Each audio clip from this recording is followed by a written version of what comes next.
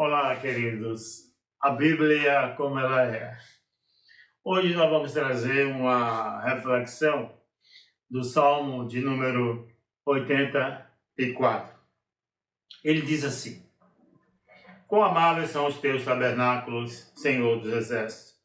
A minha alma está anelante e desfalece pelos átrios do Senhor.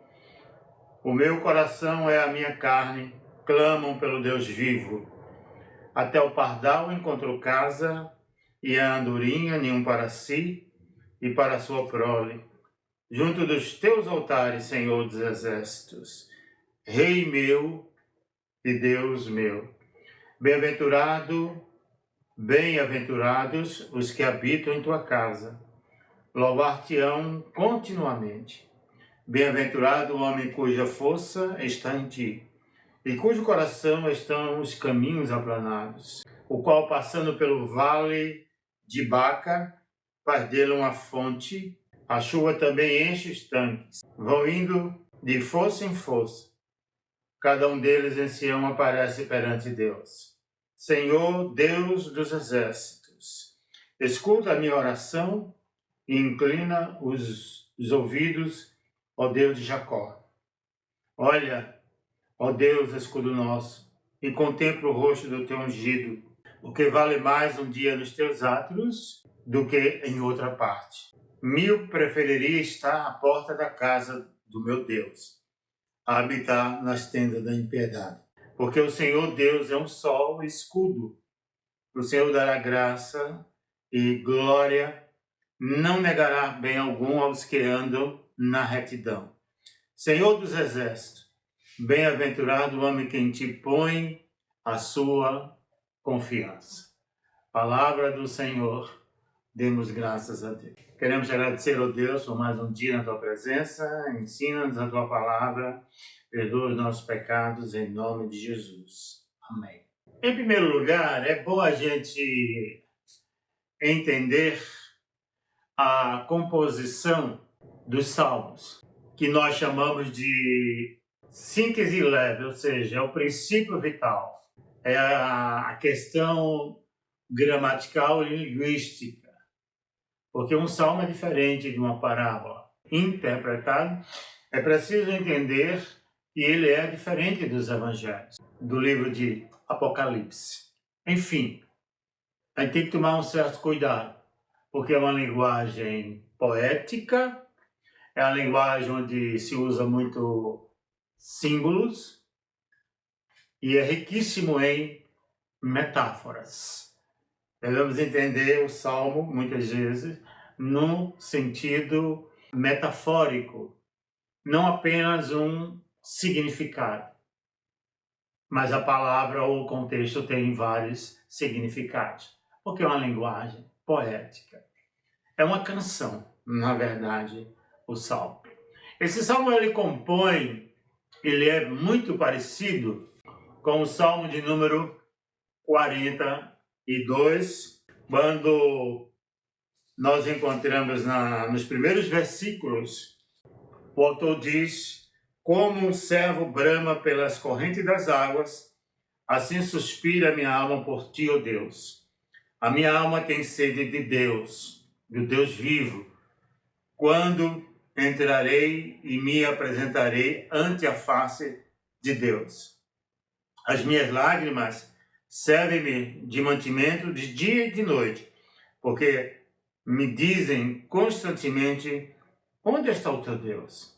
Quando me lembro disto, dentro de mim derrama a minha alma, pois eu havia ido com a multidão, fui com eles à casa de Deus, com voz de alegria e louvor, com a multidão que festejava. Quem compôs esse Salmo 42 foi o mesmo que compôs o Salmo 84.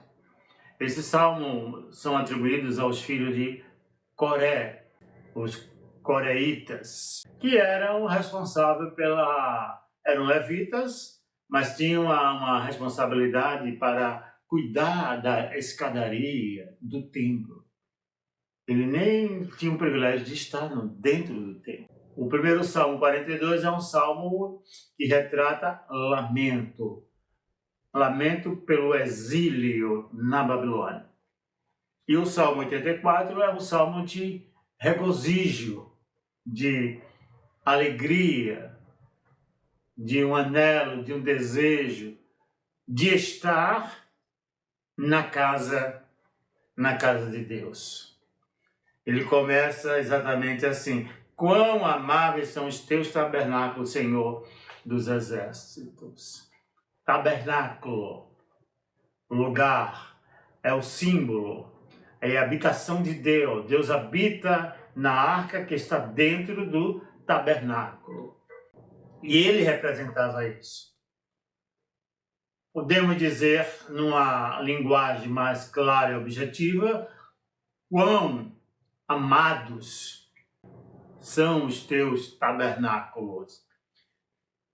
Chama-nos a atenção a palavra átrios e tabernáculos no plural. É bom lembrar que é uma linguagem que também para ser encaixada na questão da melodia. Tabernáculos e átrios no plural. Mas não havia 2, 3 tabernáculos. Apenas um tabernáculo. É uma figura de linguagem usada aqui nesse primeiro versículo. A minha alma está anelante e desfalece pelos átrios do Senhor. O meu coração e a minha carne clamam pelo Deus vivo. Exulta. O significado mais apropriado aqui é que canta de alegria, porque está na casa de Deus, na presença de Deus. E ele faz uma referência muito interessante quando ele diz Deus vivo. Deus vivo. No Antigo Testamento, o tabernáculo significava a casa do Senhor. Na evolução da revelação de Deus, nós sentimos e observamos a mudança do significado da presença de Deus. O tabernáculo foi construído e depois se tornou um templo em Jerusalém. Ele foi destruído 2 vezes, praticamente, completamente destruído. Agora, no Novo Testamento, a visão da presença de Deus é agora que nós somos os verdadeiros templos do Espírito Santo. Deus habita em você. Deus habita em nós. Somos os verdadeiros templos do Espírito Santo. Essa habitação de Deus em nós, ela não é transitória, não é passageira. Ou seja, Deus não nos visita, Deus mora em nós. Deus mora no nosso coração. Ele conduz o nosso coração. Ele conduz a nossa vida. O apóstolo Paulo, falando do tabernáculo, ele vai associar a igreja. Em 1 Timóteo, capítulo 3, a partir do versículo de número 15, quando o apóstolo diz: mas, se tardar, para que saibais como convém andar na casa de Deus, que é a igreja do Deus vivo, a coluna e firmeza da verdade. Coluna e firmeza da verdade. Era como se a igreja estivesse numa coluna, não é? Como se fosse uma estátua. A igreja está ali, em cima de uma coluna. Ela é a verdade. Ela é a verdade, a firmeza. E essa igreja, segundo o apóstolo Paulo, é a casa de Deus. Então, anelo, o salmista diz: a minha alma está anelante e desfalece pelos átrios do Senhor. de estar na casa do Senhor, de alegria de estar na casa do Senhor, alegria perene, alegria eterna. É uma alegria que não depende das circunstâncias, não depende do nível de intelectualidade, não depende de credo, não depende das diferenças sociais, não depende da questão do sexo, se é feminino ou masculino, não. É uma alegria que vem do coração, porque está na presença do Deus vivo. Aqui é uma referência à tentativa das nações e dos homens de substituir o Deus único e eterno, Javé, por outros deuses, deuses que foram criados pelas suas próprias mãos, que dependem dele. Era um Deus que dependia, eles colocavam alimentação, eles conduziam esse Deus para lá e para cá, mas o salmista diz que o nosso Deus é um Deus vivo, é um Deus que age, é um Deus que criou o mundo, é um Deus que soprou em nossas narinas, nos tornando seres viventes, tanto animais como homens e mulheres. É um Deus que dá vida, um Deus que move, que tudo começa a partir dele. É um Deus vivo. É uma expressão muito usada no Antigo Testamento, o Deus de Abraão, de Isaac e de Jacó. Portanto, é um Deus da eternidade, é um Deus ontem, hoje e eternamente. E Jesus se coloca nessa posição em Apocalipse, quando ele diz, hoje, ontem, hoje e sempre. Ele é o alfa e o ômega, ele é o princípio e é o fim, ele é a estrela da manhã, ele é a vida, porque ele venceu a morte no Calvário. Então, é um Deus, portanto, é um Deus vivo, é um Deus sensível, um Deus que fala, um Deus que nos ouve, um Deus que cuida de nós, um Deus que enxuga as nossas lágrimas, é um Deus que no momento de tristeza está conosco na tristeza, é um Deus quando vem as tempestades da vida, as intempéries da vida, é um Deus que nos sustenta, nos segura, dizendo, você não está só, eu estou aqui do seu lado, aguente, tenha fé, tenha confiança que nós vamos vencer. É um Deus assim, um Deus presente, é o Deus que Isaías chama Deus Emanuel, é o Deus conosco, Deus conosco. E o salmista diz que deseja, a sua alma anela por estar na casa do Senhor. Ele usa uma expressão poética em relação aos pássaros. Até o pardal encontrou casas, e a andorinha ninhos para si, e para sua prole, junto dos teus altares, Senhor dos exércitos. Rei meu e Deus meu. Até o pardal encontrou casa. O pardal e a andorinha. Dois tipos de pássaros que estavam agora criando seus ninhos no telhado, nas fendas do templo. Estava lá cuidando. Aqui, metaforicamente, nos remete a algumas lições em relação ao pardal e à andorinha. E nós não temos, muitas vezes, esse lar e esta casa para ser construída. Há uma certa inveja do salmista em relação aos pardais e às andorinhas, que construíram seus ninhos. Foram em busca primeiro, de segurança, seguro.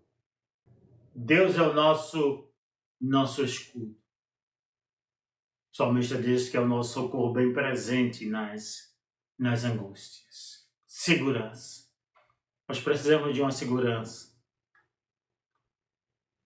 O pardal encontrou descanso.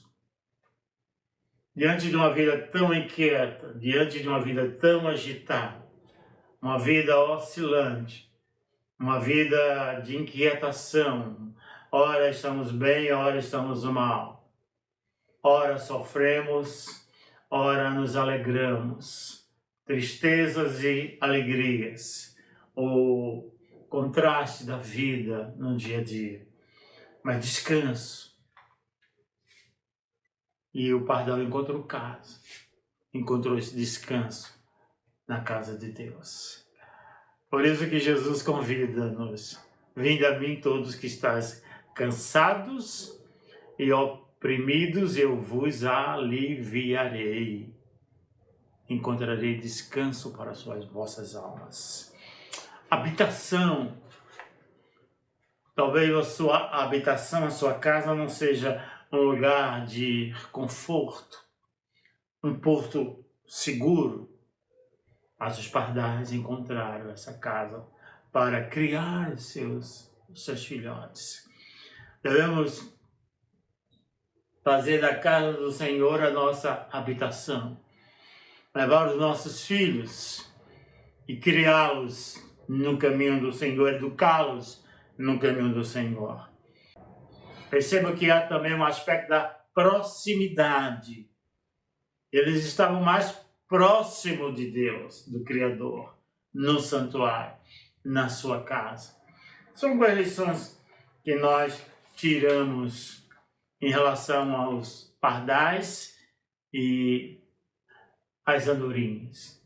Encontraram tudo isso na casa do Senhor. E o salmista continua. É um salmo extraordinário, riquíssimos em detalhes, em mensagens.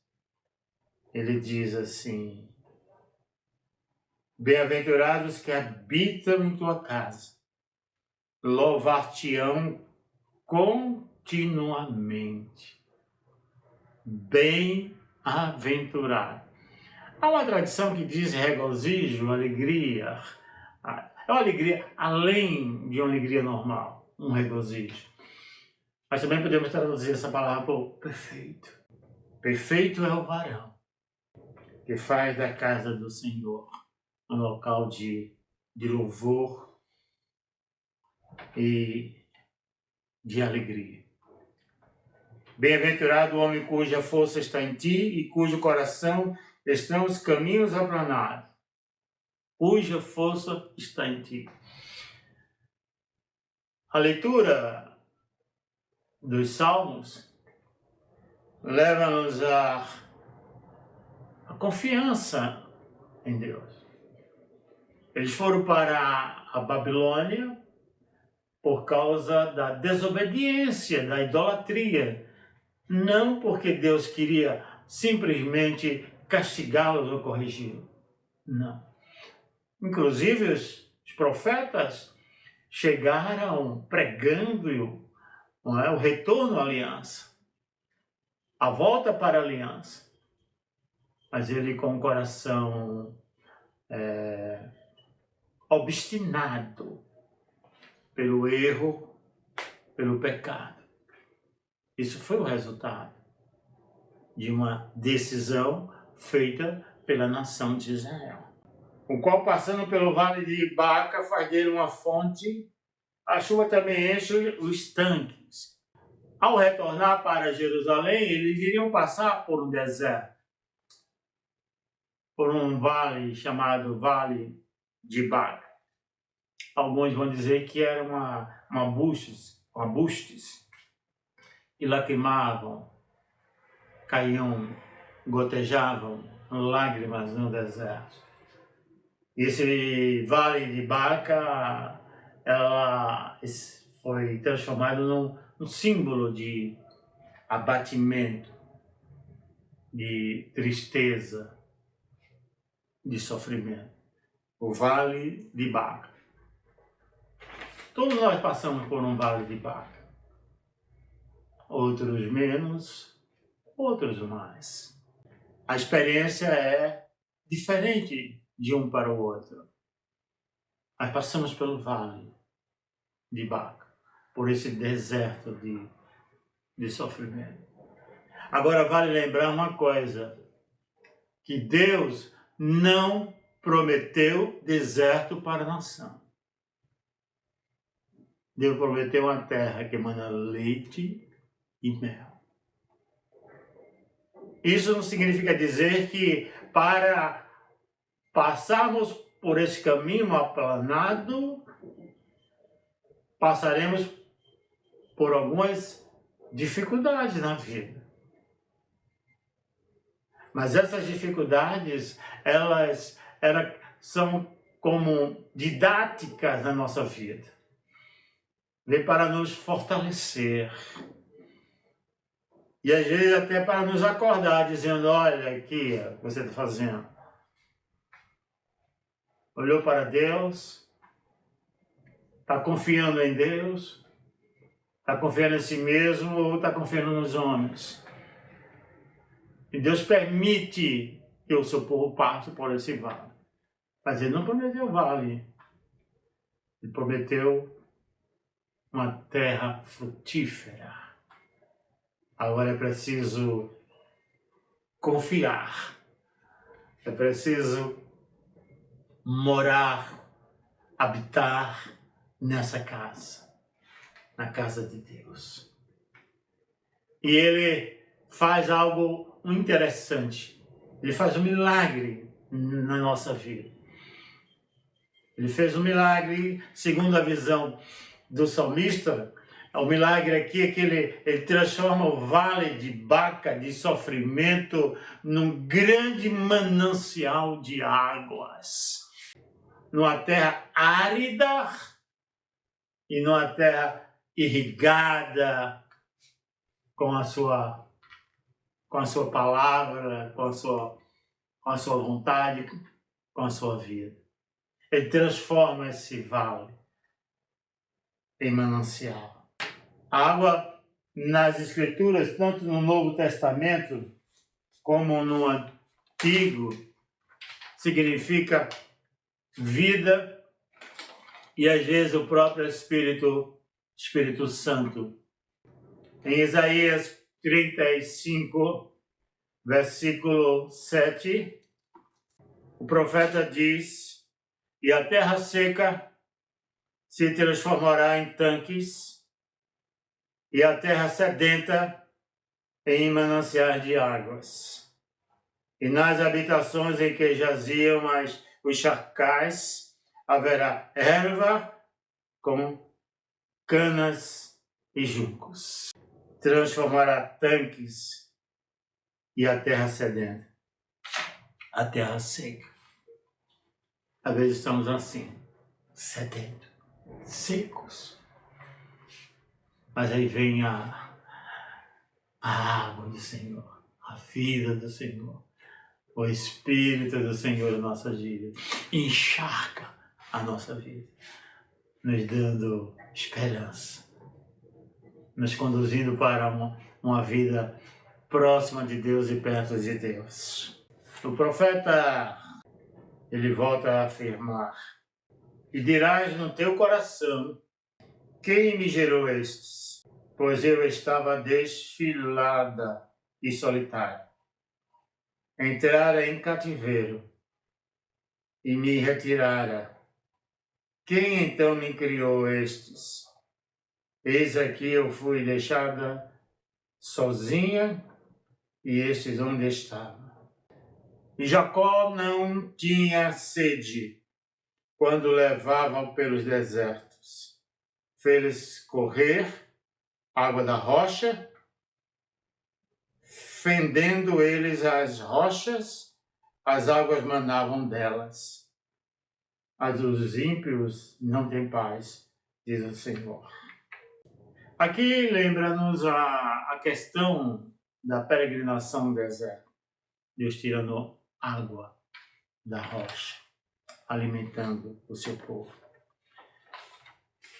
No livro de João, capítulo 7, quando ele diz aqui no versículo 37, se alguém tem sede, que venha a mim e beba.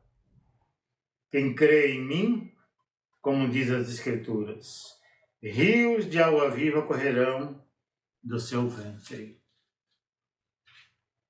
E isso disse ele do Espírito que havia de receber os que nele crescem, porque o Espírito Santo ainda não foram dado, por ainda Jesus não ter se glorificado.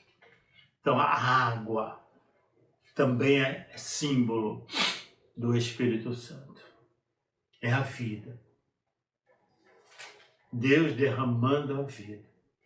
Deus encharcando as nossas vidas quando nós estamos no vale de Baca, no vale de sofrimento. Eu não sei qual é o tipo de sofrimento que você está passando agora. Talvez você possa até dizer, mas pastor, eu nunca passei por um vale de Baca e não estou passando. Mas você vai passar assim um dia. E esteja preparado. Portanto, esteja na casa do Senhor para suportar este vale que todos nós passamos. É um problema conjugal, problema relacional entre pais e filhos, entre amigos de muitos anos, e por uma coisa tão insignificante houve um afastamento, uma discussão que criou arestas, algumas sequelas. Alguém que você proferiu uma palavra descortês, não amável, você foi rude, grosso, às vezes você está passando por isso. Um sentimento de culpa por algo que você fez ou está fazendo. Peça a Deus. Você já está na casa de Deus. E agora peça para Ele derramar água sobre a vossa vida. E o Espírito Santo é que vai promover essas mudanças. Porque Deus é o nosso escudo, e Ele vai dizer que Deus é o nosso sol e escudo. O Senhor dará graças e glória, não negará bem algum aos que andam na retidão. Senhor dos exércitos, bem-aventurados que em Ti põem a sua confiança. Bem-aventurado, felizes os que põem em Deus a sua confiança. Que Deus, pois, nos abençoe abundantemente. Amém.